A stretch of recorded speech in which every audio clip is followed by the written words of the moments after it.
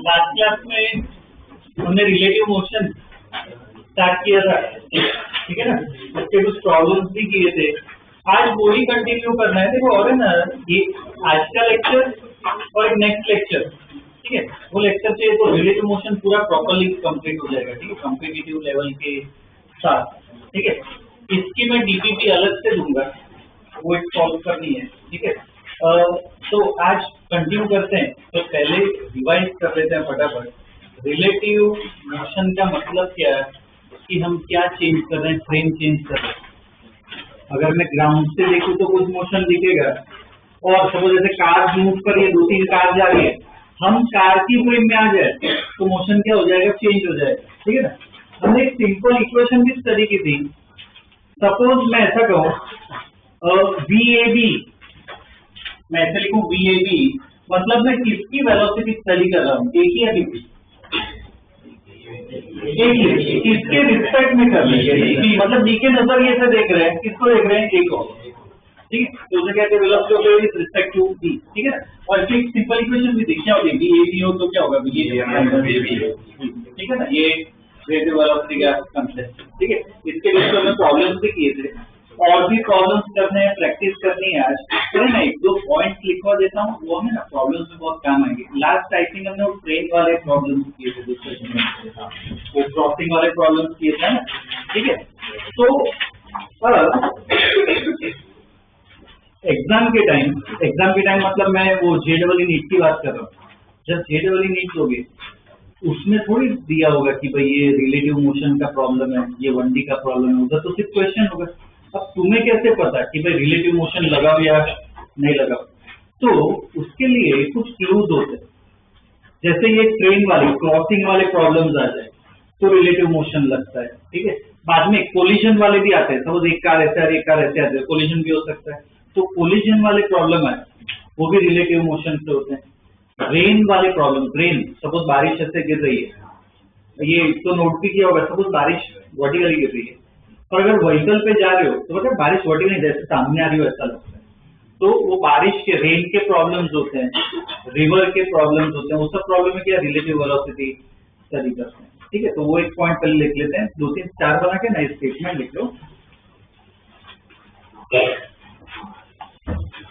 Problems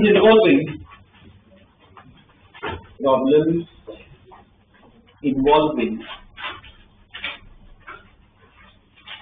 crossing, problems involving crossing, catching, problems involving crossing, catching, collision,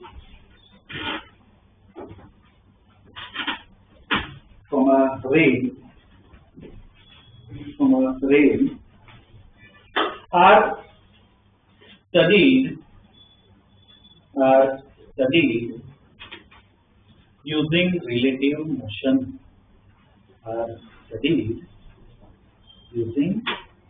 relative motion. ठीक है, relative motion से क्या है वो अच्छा स्टडी हम कर सकते हैं। ठीक है, एक ये पॉइंट ध्यान में रखना है। और है ना, इसमें ट्रिक है, एक ट्रिक भी बता देता हूँ, वो ट्रिक है ना बहुत काम आएगी हमें प्रॉब्लम। ठीक है, वो पहले लिख लो स्टेटमेंट, बाद में एग्जांपल से समझाता हूँ। ठीक है, नेक्स्ट पॉइंट लिखो, to study a motion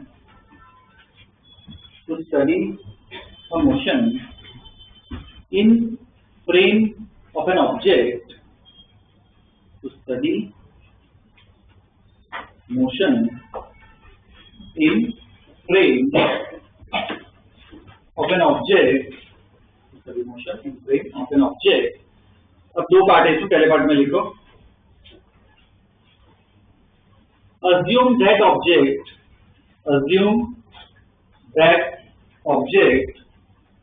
to be at rest.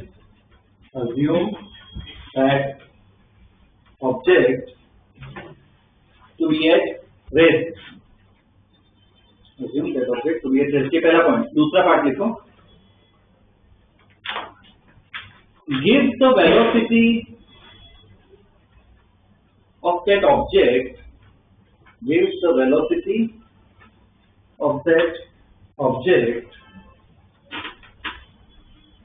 to all the other objects, give the velocity of that object to all the other objects, in opposite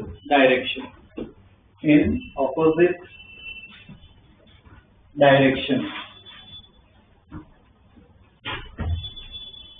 ये 2 पॉइंट है, ध्यान में रखना, इससे ना अपना काम बहुत इजी हो जाएगा, ये समझाता हूँ। ठीक है, आज हम प्रॉब्लम्स करेंगे ना, ये जो स्टेटमेंट लिखा है ना, ये यूज ही कर, हर एक प्रॉब्लम में यूज करेंगे। ये समझाता हूँ क्या है। सपोज ग्राउंड फ्रेम में हम देख रहे हैं, ये 3 कार है, सपोज मान लेते हैं। ठीक, और सपोज कार इस तरफ जा रही है 30 की स्पीड से, कार भी इस तरफ जा रही है 10 की स्पीड से, सी भी इस तरफ जा रही है 30 की स्पीड से। ये जो क्या है, ग्राउंड फ्रेम। ठीक है, कि भाई हम यहाँ पे खड़े, रेस्ट पे खड़े, ग्राउंड पे खड़े हैं, और ये 3 कार को मूव करता हुआ देखो। ठीक है, तो मतलब ये जो वैल्यूज है, नोटेशन कैसे लिखेंगे, VA, VB, VC। ठीक है ना, सिर्फ अगर VA में लिखो मतलब क्या होता है, velocity of A with respect to ground. ठीक है, तो ये अपना VA, VB, VC हो जाएगा। अब मुझे क्या करना है, किसी एक ही फ्रेम से स्टडी करना है। सपोज मुझे एक ही नजरिए से स्टडी करना है, मतलब हम एक ही जगह आ गए, एक ही फ्रेम में आ गए, और बाद में किसको देख रहे हैं, बी और सी को देख रहे हैं, तो कैसा मोशन वो स्टडी करना है। तो उसके लिए जो ट्रिक लिखो है ना, वो यूज करते हैं। तो एक ही फ्रेम में आ जाता है। ठीक है, तो जो ट्रिक लिखवाई वो यूज करते हैं। फ्रेम ए में आ गए, तो मैं तो देखो इसकी जगह आ जाऊँ, जो मैंने लास्ट क्लास में डिस्कस किया था, याद रखो। इधर हम वो सब अज्यूम नहीं करेंगे, कोई जर्क लग रहा है ऐसा कुछ। ठीक है, स्मूथ रोड है, पूरा मोशन स्मूथ है। खुद सोचो, बैकग्राउंड पूरा व्हाइट है, एक ही फ्रेम में आ जाओ, इधर बैठ जाओ, तो तुम फील ही नहीं कर पाओगे ना कि तुम मूव कर रहे हो। लिफ्ट का एग्जांपल दिया था, याद है कि लिफ्ट अगर स्मूथली जा रही हो, हम बोल ही नहीं पाएंगे कि मूव कर रही है, रेस्ट। हम क्या मानेंगे, भाई मूव ही नहीं कर रहे, हम तो क्या मानेंगे, खुद को रेस्ट पे मानेंगे। तो इसका भी ऐसा है, जिसकी फ्रेम में आ जाओ हम इसकी फ्रेम में आ गए तो पहले खुद को क्या मानेंगे हम क्या है रेस्ट, ठीक है। हमें ऐसा लगेगा हम नहीं मूव कर रहे हैं, पूरी दुनिया मूव कर रही है, ठीक है। तो क्या है खुद रेस्ट।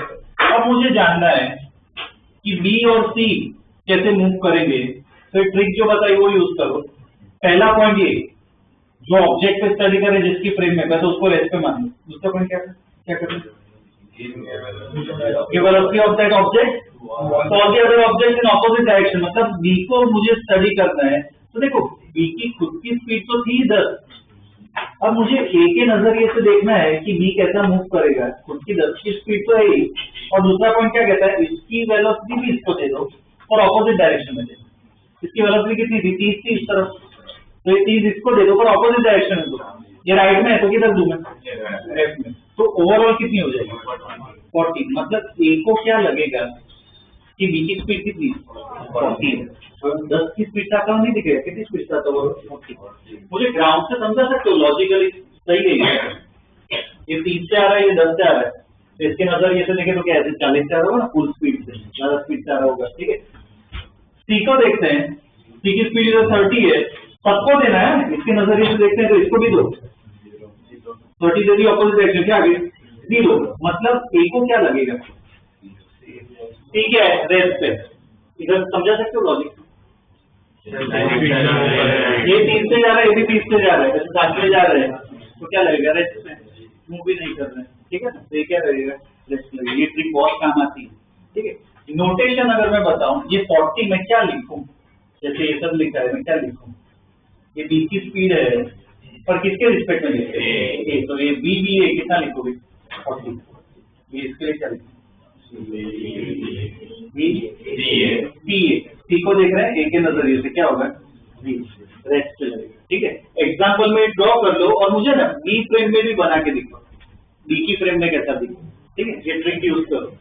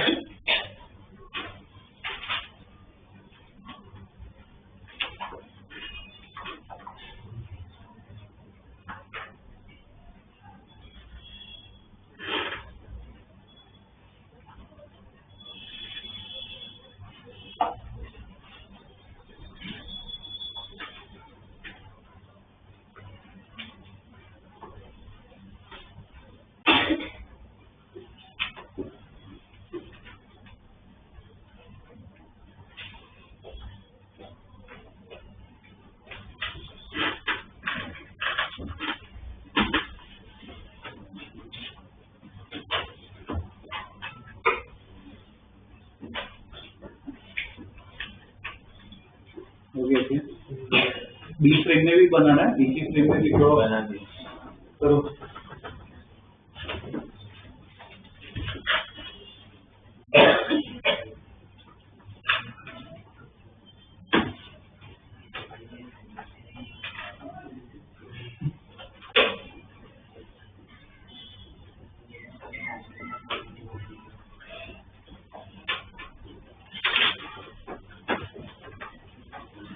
बी को कुछ क्या मानेंगे कि वो बी रेस्ट है, ठीक है।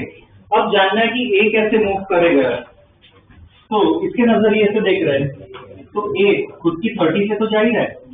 अब बी की स्पीड, बी की वेलोसिटी इसको दे रहा है ऑपोजिट डायरेक्शन में, बी की खुद की कितनी है 10, इसको दे रहा ऑपोजिट डायरेक्शन में, मतलब किस तरफ दूंगा, राइट साइड, तो लेफ्ट साइड है, राइट साइड देना है 10, कितनी हो गई 40, सी की बात करें 30 है, इसको भी देना है, कितना हो गया 40। मतलब बी को क्या लगेगा कि ए कितनी स्पीड से आ रहा है, 40 स्पीड से आ रहा है उसकी तरफ, और टी के साथ जुड़ जा रहा है 40 की स्पीड से आ रहा है। और देखो ये सब है ना, एक वर्ड आता है, अगर थोड़ी डीप लेवल पे जाओगे फिजिक्स में एक वर्ड आता है, फिजिक्स है ना कंसिस्टेंट होना चाहिए। कंसिस्टेंट मतलब क्या है, मैं ए के नजरिए से देखूं या बी के नजरिए से देखूं, दिखेगा अलग, पर ओवरऑल क्या होना चाहिए, दोनों सही होने चाहिए।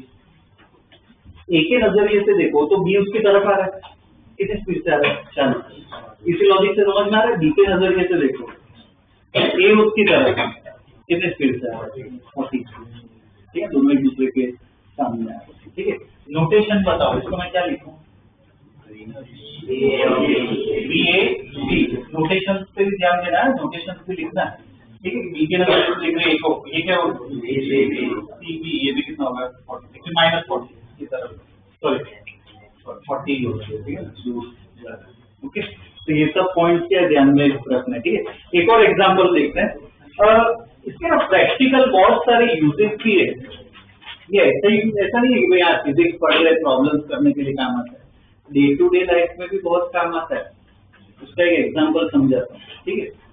सपोज मान लो दो शिप है, ये पूरा वाटर है, ओशन है, ठीक है, ये ओशन है, हम आसमान हवा से देख रहे हैं, ठीक है, एयर व्यू है अपने पास, बर्ड व्यू। तो यहाँ पे एक शिप है, ये ए ले लेते हैं, दूसरी शिप यहाँ पे बी, ठीक है। ये ए शिप इस तरफ जा रही है, कुछ 6 की स्पीड से जा रही है, 6 की एमपीएच।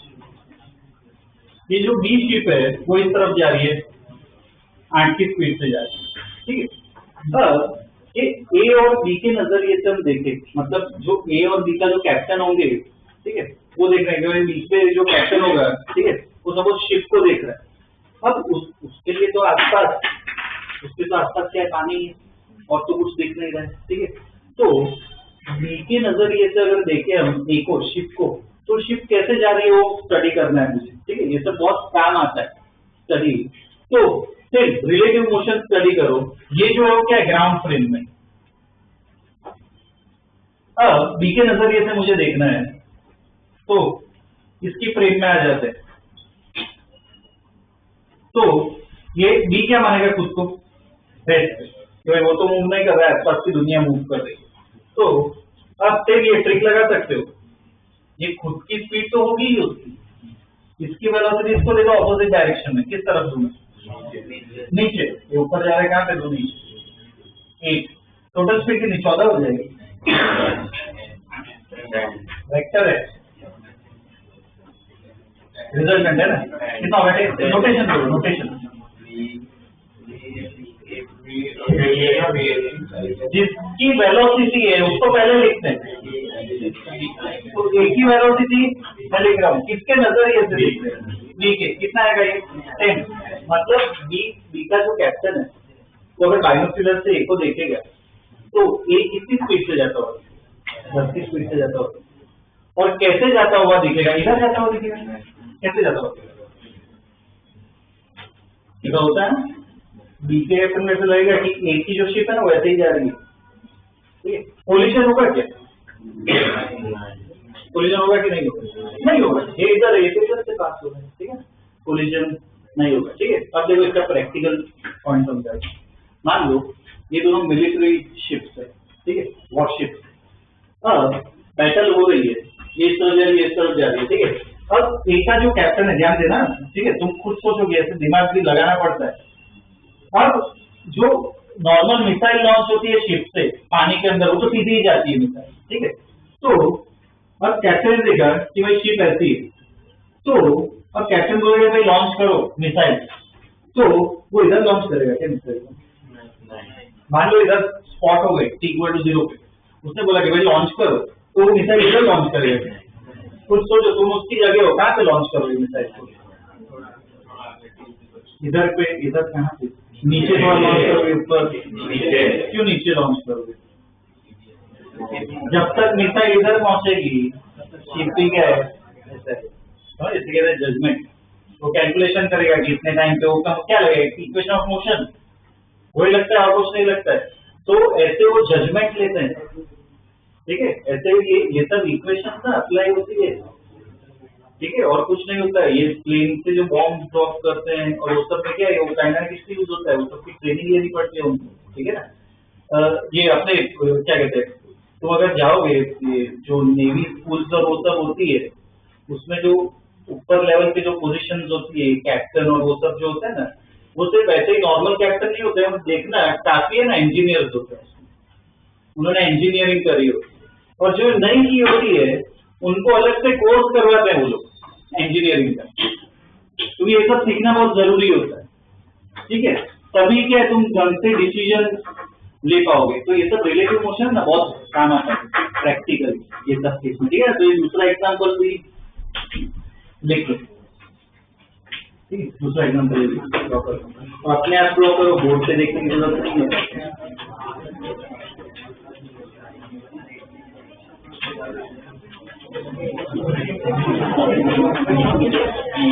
आवाज में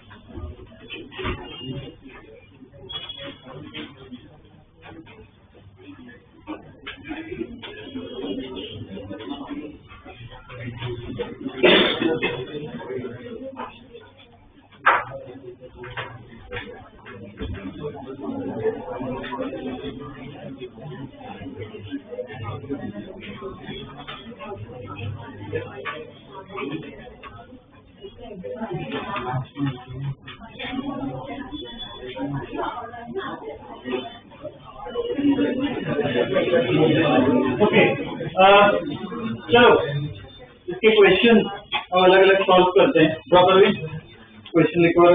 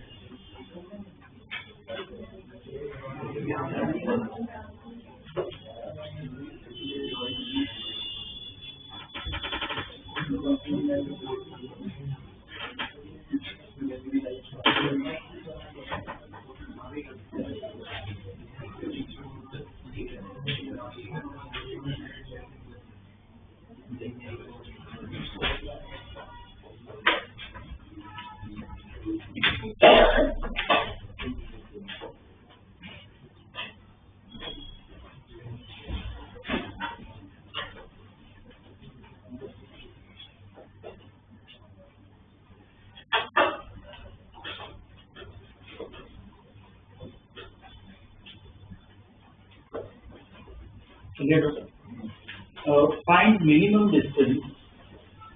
Find minimum distance between A and B.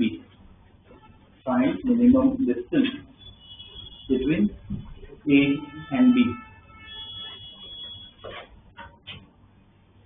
शुरुआत में इन दोनों के बीच में डिस्टेंस कितना है 20, ठीक है। अब देखो ये इस तरफ जा रहा है, इस तरफ आया तो ये ऐसे जा रहा है, ये इधर मूव कर रहा है, तो डिस्टेंस बढ़ भी सकता है कम भी हो सकता है।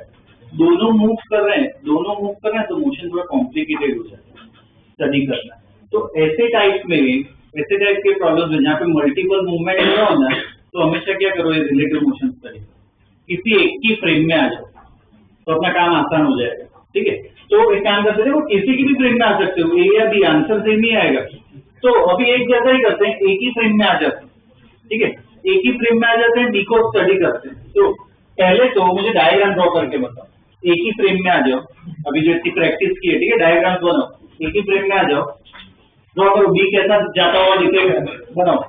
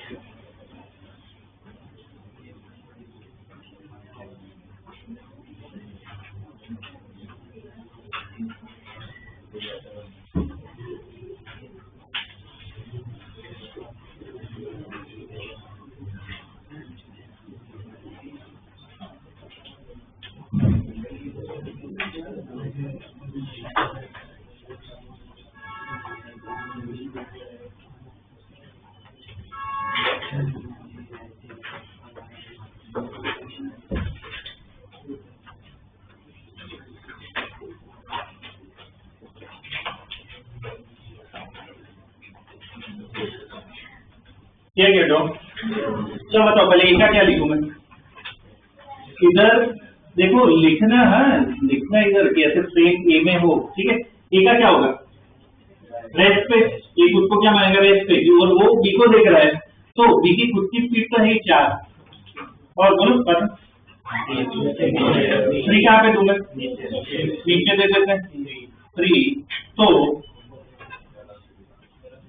ओवरऑल वेलोसिटी क्या होगी, इस तरह होगी। नोटेशन लिखा है, क्या लिखूं, हाँ 5 होगी, पर क्या नोटेशन, ठीक है। बी को देख रहे हैं एक नजर, जैसे कितना होगा 5 की 5 की स्पीड से जाता हुआ दिखेगा। तो ए अगर बी को देख रहा है तो बी कैसे जाता हुआ दिखेगा, इधर जैसे लाइन एक्सटेंड करो, कैसे जाता हुआ दिखेगा, ठीक है। अब इसमें देखो समझो, शुरुआत में ए को क्या दिख रहा है कि बी कितना दूर है, 20 मीटर दूर है। अब ये अपने आप को रेस्ट पे मान रहा है, ठीक है, और बी ऐसे जाता हुआ दिख रहा है, तो ऐसे जाता हुआ दिख रहा है। क्या लगता है मिनिमम डिस्टेंस कहाँ पे होगा, बी कहाँ पे होना चाहिए? ये मैथमेटिकल एक्चुअली वो पॉइंट एक चीज है, पता होना चाहिए। यार देखो खुद सोचो, देखो समझा लो लॉजिक क्या हो। तुम हो, ठीक है, तुम्हारे नजरिए से देख रहे हो एक पार्टिकल जैसे इधर से जा रहा है, ठीक है, ऐसे आ रहा है पार्टिकल, ऐसे जा रहा है, मिनिमम डिस्टेंस कर दो तुम्हारे सामने, मतलब क्या हो, परपेंडिकुलर।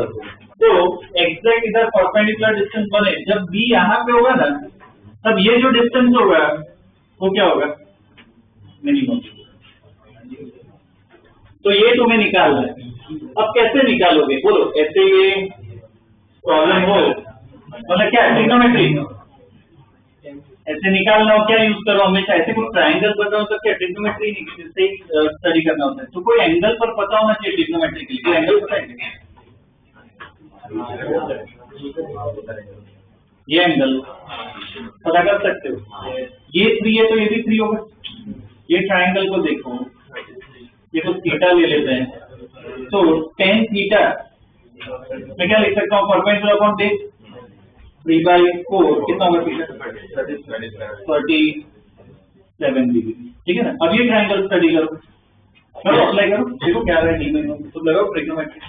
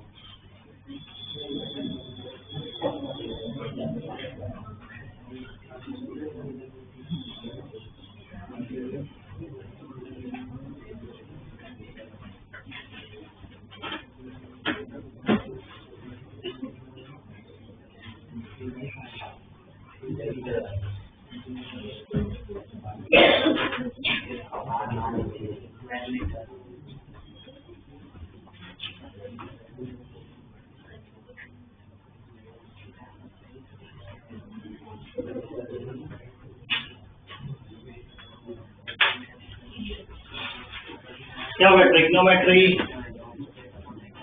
ये ट्राइंगल देखो, ये वाला ये ट्राइंगल अगर देखें तो देखो 20 पता है और ये निकालना है, मतलब ये क्या हाइपोटेनियस है, और ये एंगल में देखो ये 37 है, ये क्या हाइपोटेनियस है, ये क्या है परपेंडिकुलर, तो sin 37 इस ट्राइंगल में देखो तो sin 37 क्या लिख सकते हैं, परपेंडिकुलर और hypotenuse, d minimum upon 20, sin 37 कितना होता है 355, 20 इस तरफ लेके आओ इक्वल टू डी मिनिमम, तो मिनिमम डिस्टेंस कितना है 12 मीटर, 12 मीटर होगा मिनिमम डिस्टेंस उनके बीच, ठीक है ना।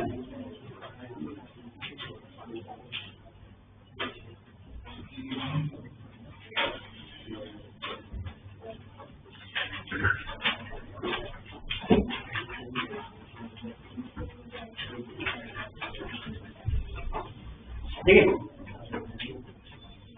तो ऐसे बस के अलग अलग टाइप के प्रॉब्लम्स हमें स्टडी करने हैं, ठीक है ना, कैसे फ्रेम से स्टडी करना है। देखो इसमें ऐसे ही प्रॉब्लम्स आएंगे, JEE नीट की अगर बात करो, ठीक है, बोर्ड वाला NCERT के जो प्रॉब्लम्स है वो भी इसमें आ जाएंगे, कवर तो हो जाएंगे ऑब्वियसली, ठीक है। तो पर NCERT ना बहुत कम दिए हुए प्रॉब्लम्स ही दिए हुए, 3-4 प्रॉब्लम्स और कुछ नहीं, पर अगर JEE नीट की बात करें तो सीधी बात है काफी प्रैक्टिस करनी पड़ती है, पर ये अभी तुम्हें बता रहा हूँ जितने भी प्रॉब्लम्स हो तो उससे देखो नॉर्मल ऐसे ट्रिग्नोमेट्री यूज होगा और ढंग से बस में डायग्राम बनाना और कुछ नहीं होता है, ठीक है, जितने भी सॉल्व करें। ओके, नेक्स्ट क्वेश्चन देखो, rain false vertically down, rain false vertically down with 4 kmph, rainfall vertically down with 4 kmph, ठीक है। A person is walking, a person is walking on ground with 3 kmph. A person is walking on ground with 3 kmph.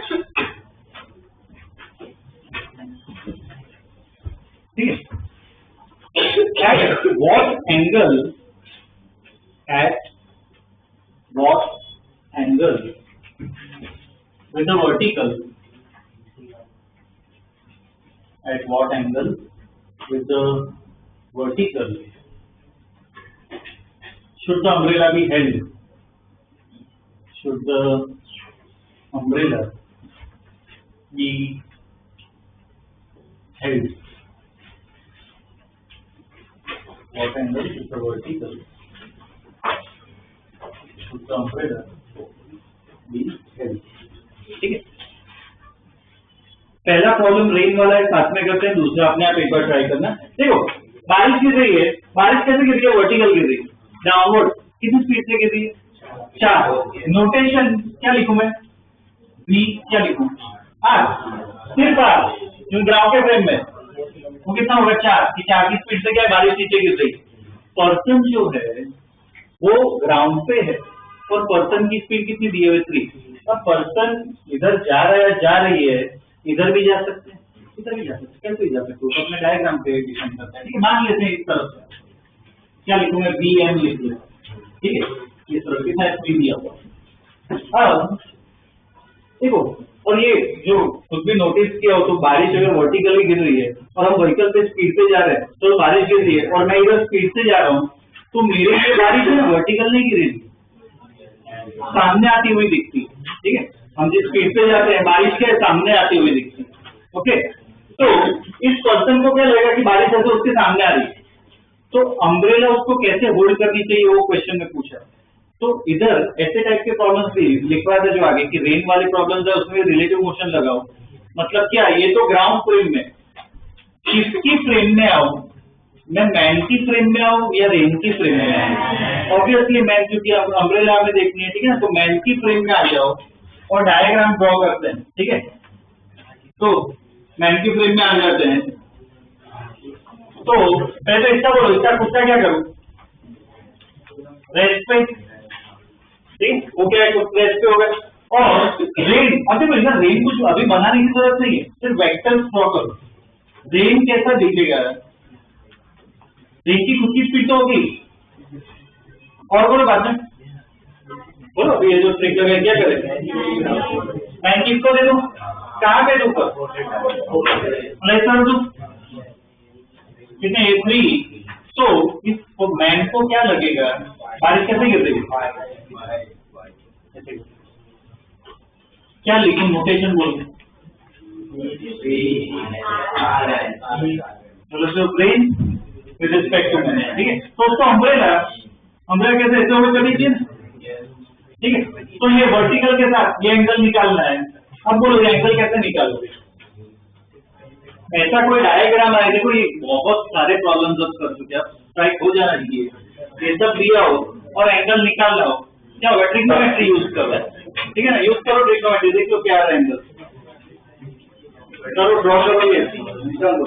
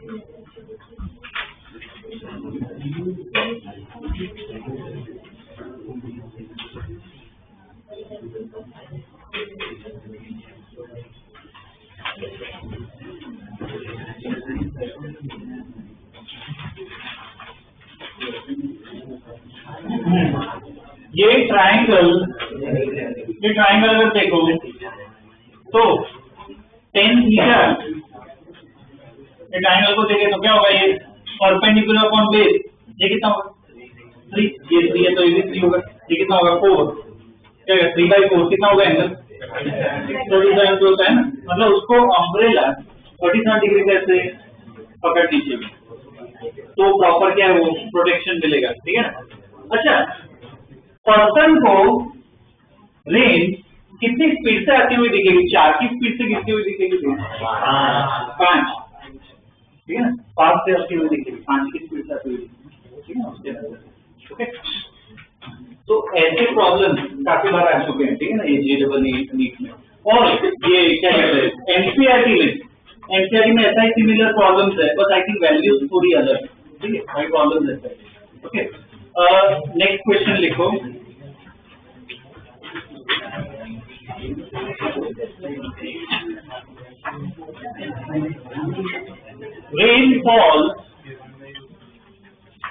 rainfall at 37 degree with vertical, rainfall at 37 degree with vertical with 10 kmph, 37 degree with vertical with 10 kmph, ठीक है, full. With what velocity should a person move? With what velocity should a person move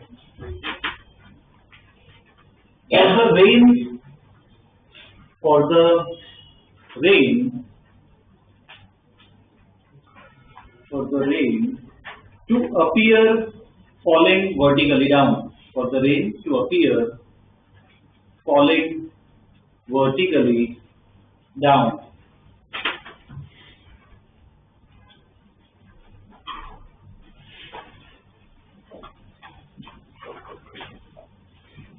अब क्या होगा इसमें, ground frame से अगर देखें तो बारिश ऑलरेडी कुछ एंगल पे गिर रही है 37, ठीक है।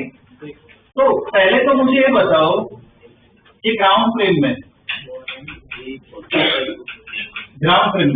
पहले तो मुझे ये बताओ, सपोज इस डायग्राम में बारिश ऐसे गिर रही है, पर्सन को बारिश के सामने जाना चाहिए या बारिश के दूर जाना चाहिए, पहले वो बताओ। सामने जाएगा, देखो इधर लास्ट प्रॉब्लम नहीं देखा, अगर बारिश के सामने हम जाए तो बारिश और अपने एंगल पे आके भी दिखती है, मतलब अगर पर्सन बारिश की तरफ भाग रहा है तो बारिश है ना और एंगल पे आके भी दिखेगी। तो 37 पे अगर बारिश गिर रही है और पर्सन बारिश की तरफ ही जा रहा है, उसके तरफ ही जा रहा है, तो ये 37 की जगह ना 45, 53 ऐसा ज्यादा एंगल पे गिरती हुई दिखेगी, वो हमें थोड़ी चाहिए। एंगल क्या करना है, कम करना है ना, कितना करना है, 0 करना है।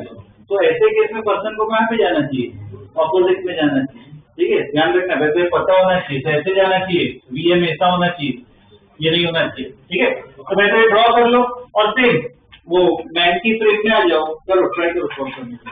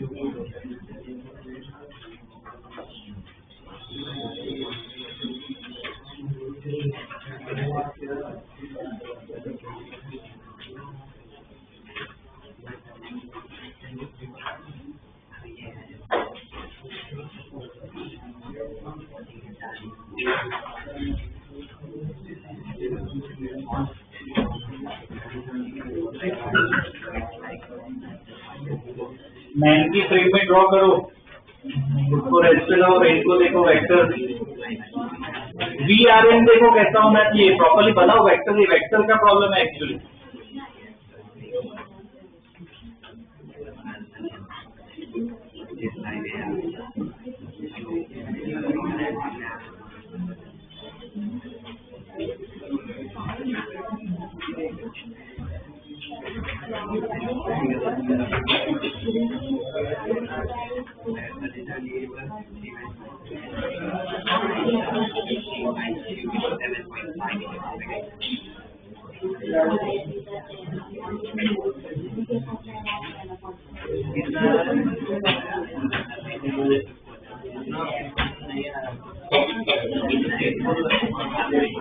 तो करना है सॉल्व। देखो इसमें ध्यान देना, ये वेक्टर जो बता इसके ना DPP में अलग से एक्चुअली जो मॉड्यूल मिला है, मॉड्यूल में भी है प्रॉब्लम, तो इसकी DPP से दूंगा अलग से। इसमें देखो क्या करना है, 90 फ्रेम में आ जाए तो क्या होगा इसमें कि 90 फ्रेम में आ जाए तो खुद को तो रेस्ट पे मारेगा। अब इधर कुछ रेंज प्रॉपर बनाने की जरूरत नहीं, इसे वेक्टर्स बनाओ। बी आर इस तरफ दिया हुआ है, ये बी आर है, ठीक है, इसकी वेलोसिटी ये एंगल भी दिया हुआ है 47। अब जितना भी इंफॉर्मेशन हमें पता है वो सब डायग्राम में ऐड करना है। इसके नजरिए से देख रहे हैं तो हमें वो ट्रिक पता है, रेंज कैसा दिखना चाहिए, इसकी वेलोसिटी इसको दे दो ऑपोजिट डायरेक्शन में, तो किस तरफ में दो, वीएम इस तरफ है तो कहाँ पे देना, लेफ्ट साइड देना, तो इस तरफ दे दो, यहाँ पे वीएम लिख लिया। और क्वेश्चन में दिया हुआ है बारिश कैसी दिख रही है मुझे, इस पर्सन को कैसा दिख रहा है, बारिश कैसे गिरनी चाहिए, वर्टिकल डाउन, मतलब ये वर्टिकल डाउन ऐसे दिखना चाहिए। ये कौन सा वेक्टर है, नोटेशन VRM, ये क्या है VRM, मतलब ये अपना रिजल्टेंट है VRM, ठीक है। ये क्या ऐसे नीचे गिरता हुआ दिखना चाहिए। अब ये कैसे लाए, तो अब जो बताया कि ये क्या वेक्टर का क्वेश्चन है, तो ध्यान देना ये कितना है, ये दिए है। अब कोई भी वेक्टर ऐसे एंगल पे तो हमेशा क्या करो, कॉम्पोनेंट बनाते, तो इसके कॉम्पोनेंट बनाते हैं, याद हो तो एक कॉम्पोनेंट ऐसे नीचे बनता है और एक कॉम्पोनेंट यहाँ पे बनता है। ये कॉम्पोनेंट में क्या आएगा, कॉस या साइन, यार कॉम्पोनेंट बना देते हैं, जिसका एंगल बनता है उसमें कॉस, तो नीचे वाला कॉम्पोनेंट कितना होगा 10 cos 37 और ये कितना हो जाएगा 10 sin।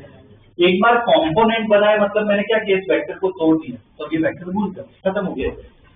अब मुझे क्या चाहिए, सिर्फ नीचे वाला एरो चाहिए क्योंकि बारिश को नीचे गिरानी है, तो ये दो एरो क्या हो जाने चाहिए, समझो ये 3 एरो है, मुझे सिर्फ ये एरो चाहिए, ये दो एरो क्या हो जाने चाहिए, कट हो जाने चाहिए, कैंसिल हो जाने चाहिए। कैंसिल कब होंगे, ये दो वेक्टर कैंसिल कब होंगे, जब वैल्यूज क्या हो दोनों की सेम।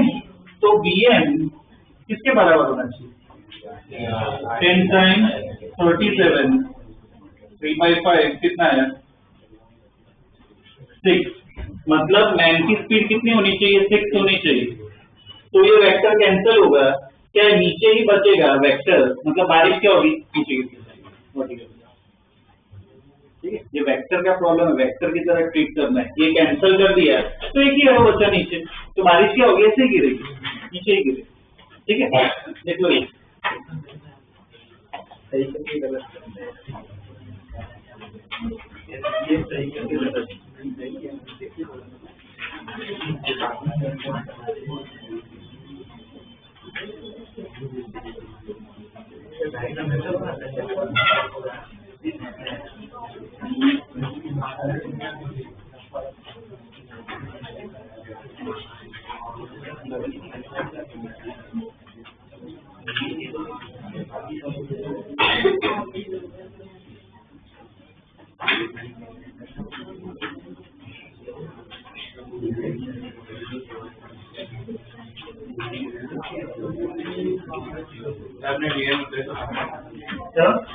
जो ट्रिक यूज की ना, इसकी प्लेन से देख रहे हैं, इसकी वेलोसिटी इसको दे दी ऑपोजिट डायरेक्शन, और एक्चुअली माइनस की लिखना चाहिए, तो वैल्यू लिख रहे हैं तो सिर्फ ये देखिए।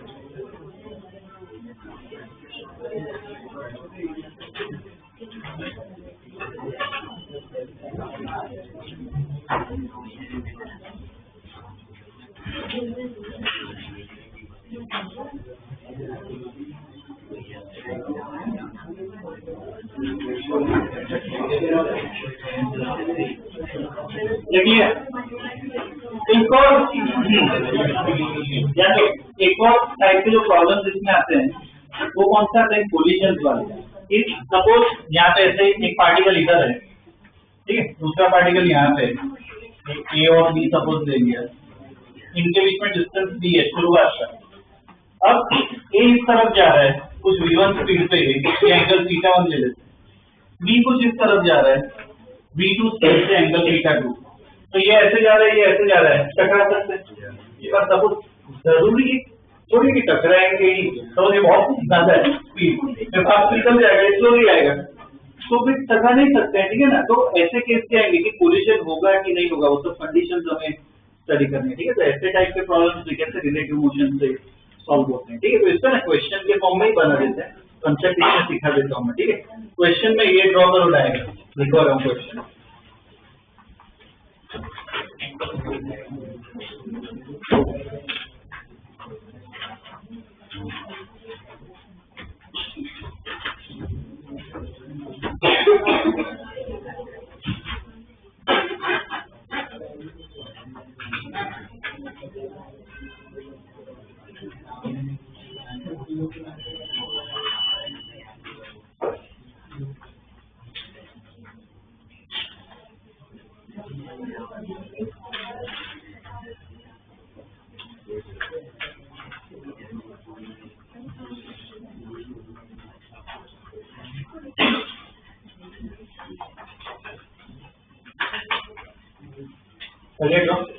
ओके, इसमें दो पार्ट है। पहले पार्ट में लिखो find the condition, find the condition for collision, find the condition for collision, ठीक है। पहले पार्ट में लिखना। दूसरे पार्ट में if the particles collide, if the particles collide, then find the time of collision. Then find the time of collision.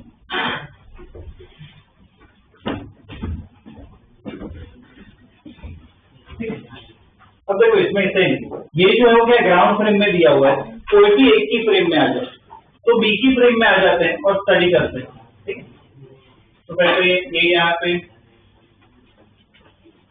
B यहाँ पे, ठीक है, जैसे ड्रॉ कर लिया है। ये B1 इस तरफ, ये एंगल θ1। अब जो स्टडी का जो स्टडी किया था वही करना है। इसकी वेलोसिटी इसको दे दो ऑपोजिट डायरेक्शन में, तो P2 इस तरफ है, क्या पे दूंगा, ऐसे दे दो, इस तरफ दे दो, तो इसके ऐसे ऑपोजिट एंगल बनाओ ऐसे, ठीक है। डायग्राम थोड़ा ढंग से रखना, एक्यूरेट। मैं इधर देख के यहाँ पे बना रहा हूँ, तुम्हें बोर्ड में देख के नहीं, तुम्हें अपने बुक में देख के बनाना है, ठीक है। उस हिसाब से ढंग से बनाओ। ये एंगल कितना है, θ2, ठीक है, B2। अब इसमें क्या करना है, देखो सब अलग अलग एंगल पे है। सबसे बेस्ट तरीका हमेशा क्या करना है, कॉम्पोनेंट से स्टडी। तो कॉम्पोनेंट, इसके कॉम्पोनेंट बनाते हैं। तो एक कॉम्पोनेंट इधर होगा और एक कॉम्पोनेंट क्या होगा, इधर परपेंडिकुलर इस तरह।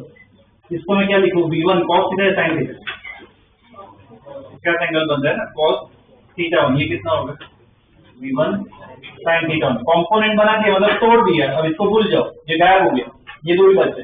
अब फिर इसको भी तोड़ दो, इस तरफ कितना होगा, एक इधर और एक इधर, बोलो इस तरफ कितना होगा, V2 cos θ2 और यहाँ पे V2 sin θ2। इसको भी तोड़ दिया।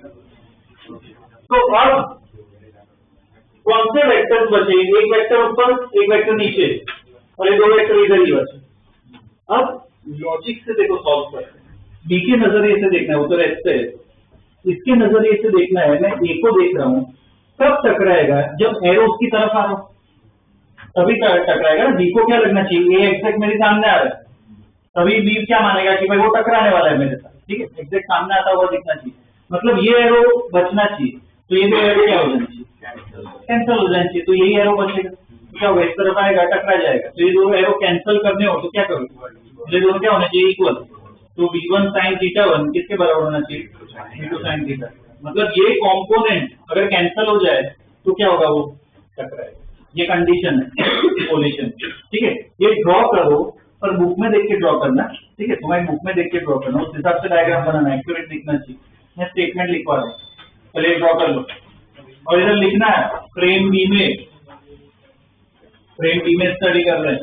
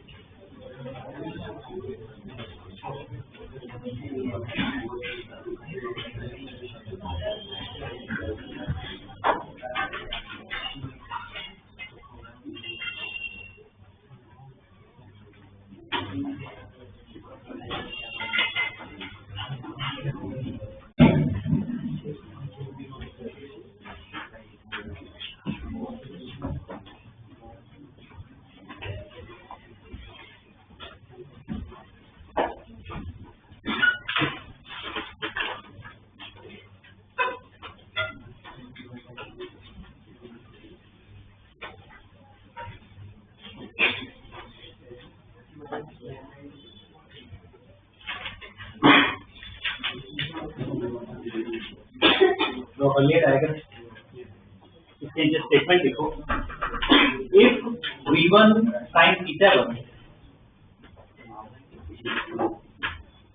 if v1 sin θ1 is equal to, if v1 sin θ1 is equal to v2 sin θ2, if v1 sin θ1 is equal to v2 sin θ2, then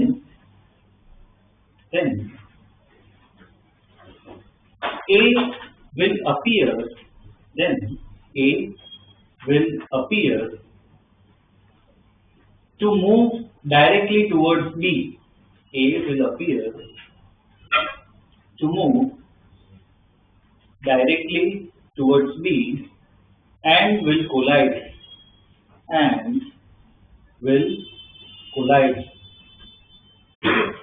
vector cancel हो जाएंगे, सिर्फ कॉस वाला ही बचेगा, सीधा एक ही तरफ आएगा, ठीक है, कोलिजन हो जाएगा। तो ये v1 sin θ1 v2 sin θ2 लिखे, उसको अंडरलाइन कर, ये मतलब क्या है, कंडीशन, ठीक है, ये कंडीशन है अपनी कोलिजन की, ठीक है। ये पहला पार्ट हुआ अपना। दूसरे पार्ट में क्या पूछा है, टाइम निकालना है। हमने लास्ट क्लास में याद हो तो इक्वेशन पढ़ी थी, केस 1 केस 2 इसमें भी पढ़ा था। तो कांस्टेंट स्पीड से जा रहे, ये दो तो कैंसिल हो गए, कांस्टेंट स्पीड से एक है उसकी तरफ आ रहा है, टाइम निकालना है। तो याद हो तो v की फ्रेम में, तो VAB इक्वल टू, याद है equation, speed equal to distance upon time, बस रिलेटिव में लिखना है। तो टाइम निकालना हो तो डिस्टेंस अपॉन स्पीड, क्योंकि इसमें डिस्टेंस कितना है d। अब ये बताओ कितनी स्पीड से आ रहा है, a जो है तो b की तरफ कितनी स्पीड से आ रहा है, v1 cos θ1 भी है, v2 cos θ2 भी है, दोनों है। तो टोटल स्पीड कितनी हो जाएगी, v1 cos θ1 plus v2 cos θ2, ठीक है ना। कितनी स्पीड से क्या है आता हुआ दिखेगा।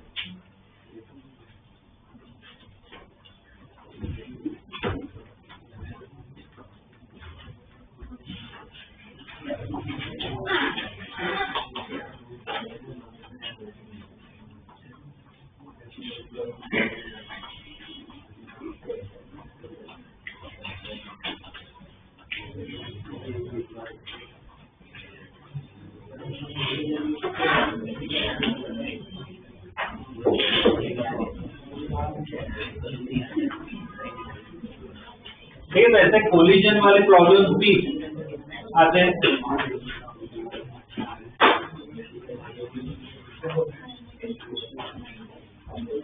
इसका एक प्रॉब्लम है, वो सॉल्व करते हैं।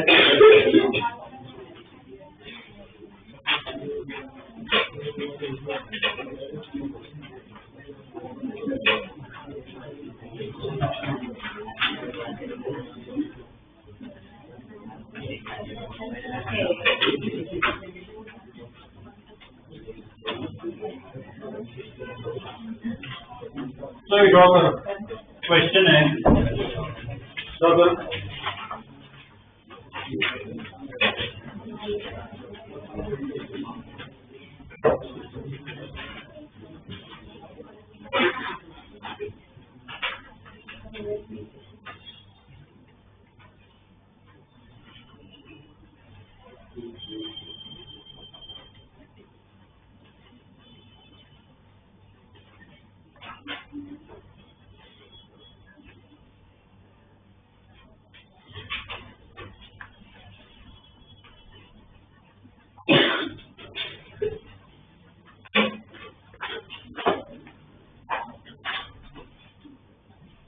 चलिए ड्रॉ, ओके।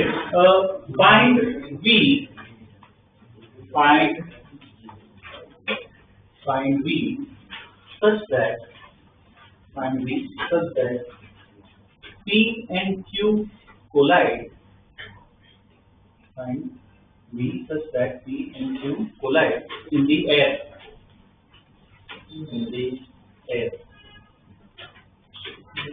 ठीक है। Also find time of collision. Also find time of collision.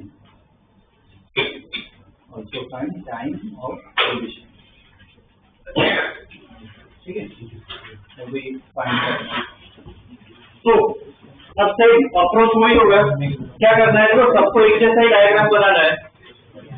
पहले तो क्यू की फ्रेम में आ जाओ, ठीक है, सबको क्यू की फ्रेम में आना है और पी को ड्रॉ करो, जैसे वो अभी इसके पहले वाले प्रॉब्लम में किया है। क्यू की फ्रेम में आ जाओ, पी को ड्रॉ करो और कॉम्पोनेंट बनाओ, करो, ट्राई करो, पूरा प्रॉब्लम सॉल्व करो जैसे लास्ट किया था। क्यू की फ्रेम में आ जाओ, पी को ड्रॉ करो और कॉम्पोनेंट बनाओ, स्टडी करो।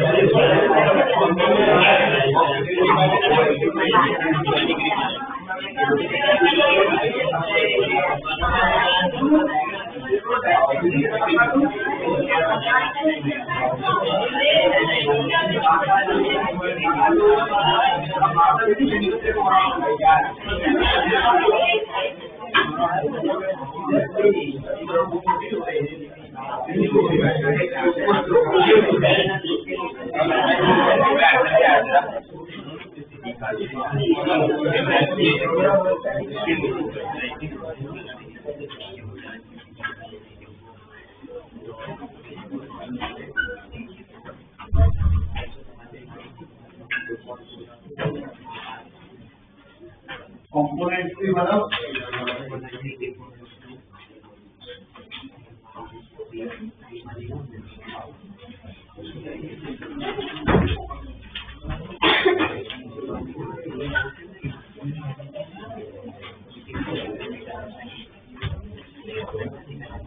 मॉड्यूल है क्या अभी किसी का?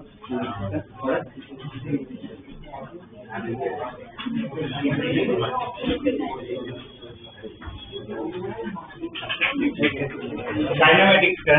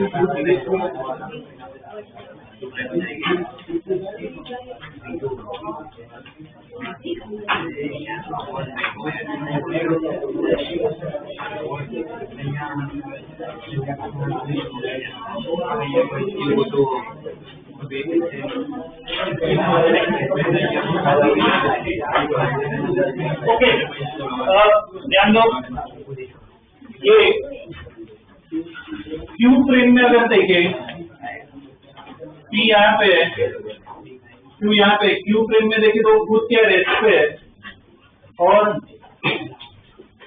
ये इस तरफ जा रहे हैं। देखो सब ऐसे डायग्राम तो चलो बना रहे हैं, पर कंपोनेंट भी बनाओ, वैल्यूज भी लिखो, प्रॉपर्ली करो।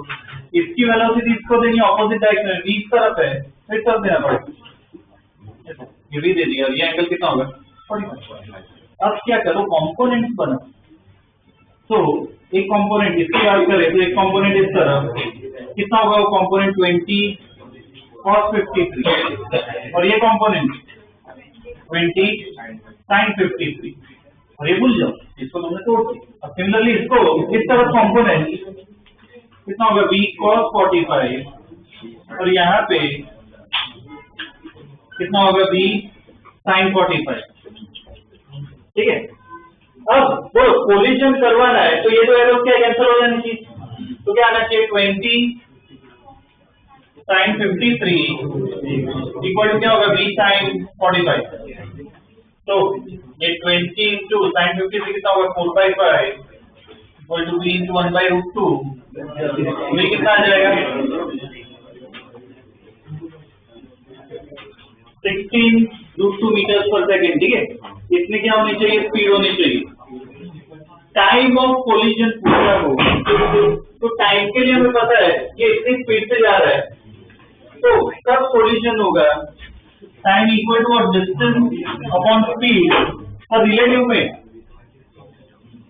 क्या आना चाहिए, PQ। तो ये 84 है। अब P कितनी स्पीड से आ रहा है, 20 cos 53 प्लस v cos 55, दोनों स्पीड मिल रही है उसको, तो 20 cos 53 प्लस v अपना आ गया था ये 16√2 cos 45। ठीक है ना, ये दोनों ऐड करो, सॉल्व कर लो, कितना आ रहा है देखो, 3 आ रहा है, 3 सेकेंड, 3 सेकेंड बाद क्या है, फुल ऐड करेंगे।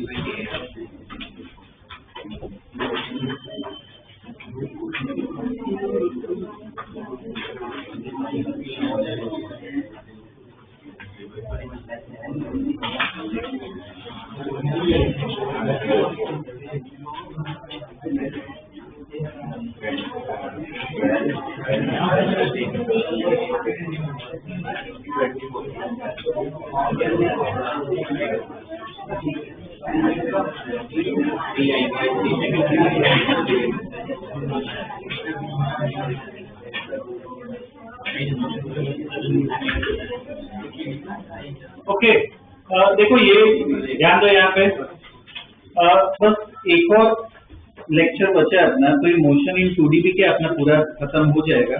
ठीक है, अब ये मॉड्यूल जो है, अब उसमें से क्वेश्चन स्टार्ट कर सकते हो। ठीक है, तो जिसकी जो बता, जिसकी स्कूल की एग्जाम आ रही हो ना, एटलीस्ट 1 वीक पहले मुझे बता दो, तो फिर क्या कुछ कवर करना हो, एक्स्ट्रा पढ़ाना हो, डाउट हो, जो भी हो, तो क्या डिस्कस कर सकते हैं। क्या मंडे है, क्या सिलेबस हुआ है, पहले 4 है, तो 4 चैप्टर का फिर पहले इससे बोला कि हमेशा 1 वीक पहले आ जाओ, तो क्या कवर भी कर सकते हैं ना एक्स्ट्रा। जिनकी आने वाली है ध्यान दो, वैसे मुझे बता दो, तो अलग से क्या कवर कर सकते हैं। और ये जो मॉड्यूल है उसमें ये कॉम्पिटिटिव पार्ट के क्वेश्चन है। ठीक है, तो इसमें टिक करवा रहा हूँ, एक ही लेक्चर बचा तो होगा ना, मेजॉरिटी प्रॉब्लम जिसके कर सकते हो मोशन इन 2D के, जितना हमने पढ़ा है, तो मैं लिखवा रहा हूँ, वो लिख लो, स्टार्ट कर देना, नेक्स्ट वीक का पूरा टारगेट है। ठीक है, देखो ये जो मॉड्यूल मिला है ना, इसमें टोटल 3 पार्ट है। शुरुआत में मोशन इन 1D, बाद में मोशन इन 2D और उसके बाद लॉज ऑफ मोशन, ठीक है। टोटल 3 पार्ट में डिवाइड है। तो मोशन इन 2D देखना है, ठीक है। तो मोशन इन 2D में पेज नंबर लिख लो। मोशन इन 2D में पेज नंबर 42, ये सबका सेम ही होगा, नीट जेडबल हो सेम ही होने वाला है, ठीक है। Page number 42 motion in 2D में, उसमें DPP2 कर सकते हो, बाद में DPP4, 5, 6 और 7, ठीक है, 6, 7 तक, ओके, वो कर सकते हो। और उसके बाद एक्सरसाइज 1 होगा पेज नंबर 50 पे, 50 पेज नंबर 50 पे एक्सरसाइज 1 होगी, ठीक है। उसमें section A, B, C, D और E, section A, B, C, D और E, ठीक है। इतने सेक्शन कर सकते हो। नेक्स्ट वीक पूरा यही करना है। और 1 मिनट और देखो, ये इतना टाइम हमें हो गया है, ठीक है, 2-1 महीना हो गया है साथ में पढ़ते हुए। तो अब मुझे भी जजमेंट आ गया है तुम्हारे लिए कि भाई कौन कितना कर रहा है, कैसे कर रहा है, ठीक है। नेक्स्ट वीक से थोड़ा बाइफरकेशन करने वाला हूँ मैं, ठीक है। ग्रुप में मैं टारगेट दूंगा, जो मुझे लगता है कि भाई कॉम्पिटिटिव को ज्यादा सीरियसली प्रिपेयर कर रहे हैं उस हिसाब से टारगेट दूंगा। जिसको लगता है मुझे कि स्कूल पे ही प्रायोरिटी है, बोर्ड्स पे, तो उस हिसाब से मैं टारगेट दूंगा। ऐसा नहीं बोल रहा हूँ कि प्रायोरिटी एक को ज्यादा दूंगा, एक को कम दूंगा। मैं बाइफरकेट कर रहा हूँ कि मैं टारगेट अलग अलग दूंगा, ठीक है। तो नेक्स्ट वीक से वो भी स्टार्ट कर देंगे, ठीक है ना।